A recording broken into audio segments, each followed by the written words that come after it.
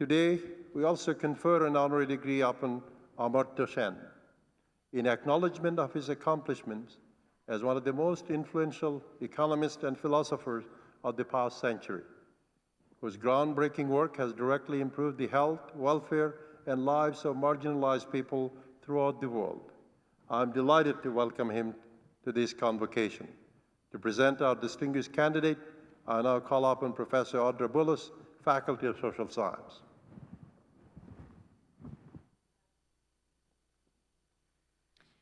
Today, I am honored to introduce you to a very unique person, someone who is both an economist and a philosopher, a theorist and an applied practitioner, a citizen of the developed world and one of the developing world.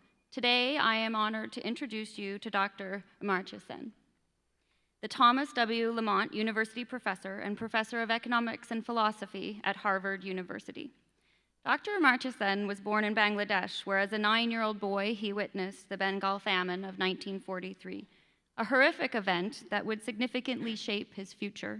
He earned his first BA in economics from Presidency College in Calcutta and his second BA in economics, along with an MA and a PhD in economics from Trinity College, Cambridge. While finishing his PhD at Trinity College, he was asked to start a new economics department at Jadavpur University in Calcutta, and he did so from 1956 to 1958. While running this new department, Dr. Sen was elected to a prize fellowship at Trinity College, which gave him the opportunity to study anything he liked for 4 years. Dr. Sen chose philosophy. You might not think that economics and philosophy go together, but in fact they do, especially in Dr. Sen's chosen research areas of social choice, welfare economics, inequality, and poverty. Dr. Sen has taught economics and philosophy at a number of universities, including those in India, England, and the US, over his career, including the Delhi School of Economics, the London School of Economics, the University of Oxford, and Harvard University. From 1998 to 2004, he was appointed the Master of Trinity College in Cambridge. He has served as president of the Econometric Society, the American Economic Association, the Indian Economic Association, and the International Economic Association. He has received numerous awards, including the Bharat Ratna, the highest civilian award in India, Commander of the French Legion of Honor, the National Humanities Medal, the Honorary Companion of Honor from the UK, and the 1998 Nobel Prize in Economics.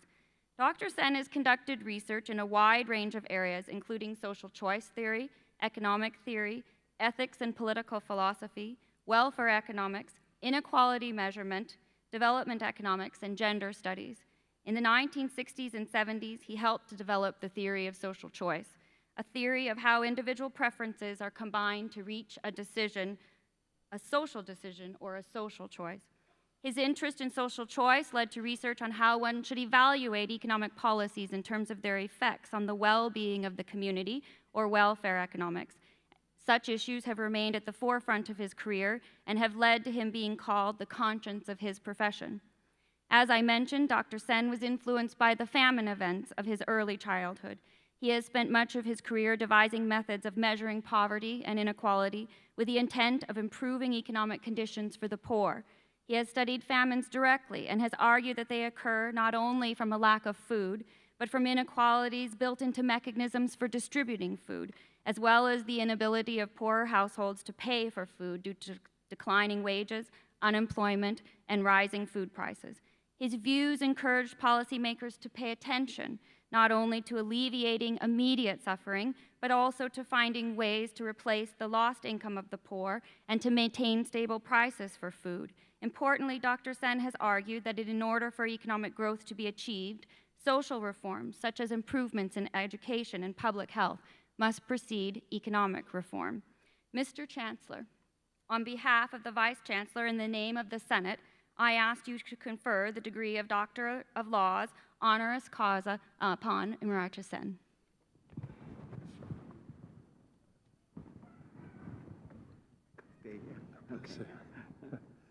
By virtue of the authority vested in me as acting Chancellor, I admit you to the degree of Doctor of Laws honoris causa. Congratulations, Dr. Sen.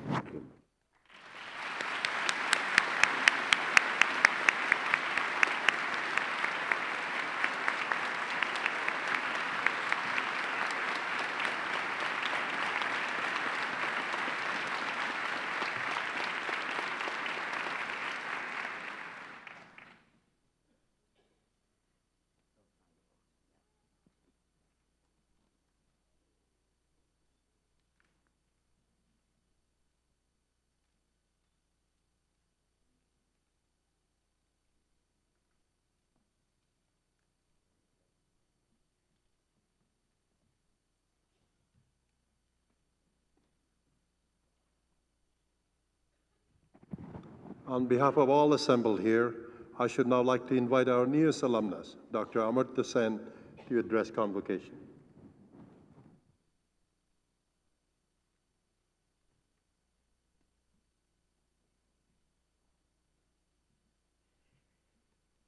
The Chancellor and the graduating students and all other friends present here. I feel deeply privileged to be here today and most grateful to the University of Western Ontario for inviting me. I feel, of course, much honored by the degree I'm receiving, which gives me, in particular, a wonderful sense of attachment and belonging to this extremely distinguished old university. I'm also delighted to be in such excellent company. The company of you, the graduating students, getting your hard-earned degrees right here and right now.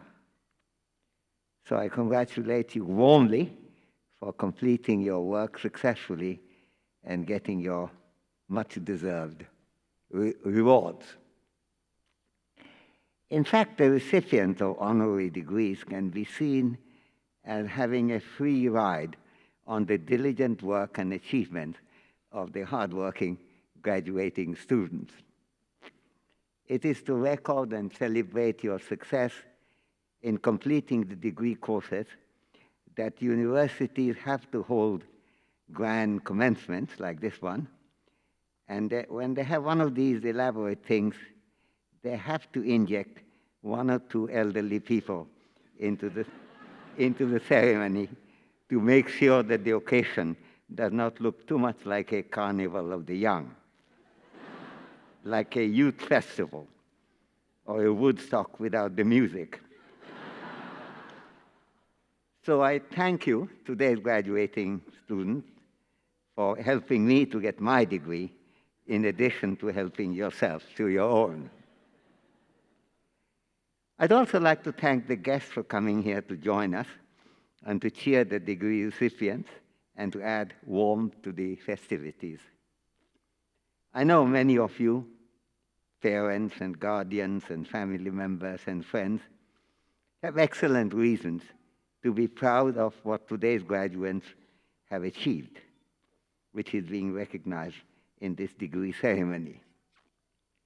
Along with the graduating students, you too deserve congratulations, since the support of guardians and relatives and friends is critically important for the work that students succeed in doing. When my own children graduated and got their university degrees, I kept telling them how vastly indebted they should feel to their parents. I'm afraid I have to report only limited success in convincing them. Speaking now to the graduates again, members of this year's splendid graduating class, you must be very happy that your hard work here has come to a successful end and is being handsomely recognized. There are, of course, debates about the value of university education. Mark Twain, the great American writer, thought that higher education did make a real difference to the lives of people. Indeed, Mark Twain offered the diagnosis that, I quote from Twain, "A cauliflower is nothing but a cabbage with a college education." So I congratulate you all for your transition from being a mere cabbage to the glory of becoming a cauliflower. And I'm privileged to have the opportunity of addressing such a grand cluster of blossoming cauliflowers today. You're graduating at an interesting but also difficult time. The global economic crisis that we have just experienced erupted with some suddenness in the second half of 2008, even though the rapidly aggravating global crisis was halted by 2009. The removal of some of the worst aspects of the recession, unemployment in particular, has been disturbingly slow across the world. The most affected have in general been the poorer sections of the people, those who are at the bottom of the pyramid anyway in the respective countries and in the world. While talking about global economic crisis, we also have to recognize that there is a larger and more long-term problem of poverty across the world, along with gigantic inequalities between the advantaged and the deprived within every country and more intensely across the borders of nation states. And deprivation is not only a matter of low income, but also of inadequate opportunity of healthcare, lack of facilities for schooling and education, lack of social security, and the disadvantaged status of women, including young girls, in many parts of the world. The education you have received at Western and the broadening of mind that excellent university education facilitates can be of great use in understanding and analyzing what so many people today around the globe lack and how their deprivation can be alleviated and possibly even removed. Some of the graduating students here have acquired expertise on the health sciences, which can be, of course, of direct use in the task of making the world a more livable and less unjust place, since the challenges of global health are very large indeed, despite the high level of average wealth and richness of the world in which we live. But others too, from Western and from Brescia College, with your respective expertise in different areas of the arts and sciences and professional creativity, you could make a difference to the world by taking an interest in the predicament from which so many people across the globe suffer. However, on an occasion of this, we must not, of course, make heavy weather of your duties to others and to the world. The understanding of duties can fit comfortably with our pursuit of normal life, including the joys and pleasures and excitements, along with, of course, concerns and sympathies. What distinguishes us from animals is our ability to reason. We can reason about our own lives, along with taking reasoned cognizance of the lives of others. Even as I wish you a life of well-being and freedom, as I very strongly do, I also wish you a thrilling life of reasoning, both reasoning about yourselves and about the lives of other people. One of the most wonderful things about the world in which we live is that we are not alone. We are not a cluster of Robinson Crusoes in our own little islands. The use of your education can change the lives of others in addition to changing your own. And education is thrilling for both reasons. So I end by warmly congratulate you for that potential, the great use of reasoning in your life, which makes you more than blossoming cauliflowers. Thank you.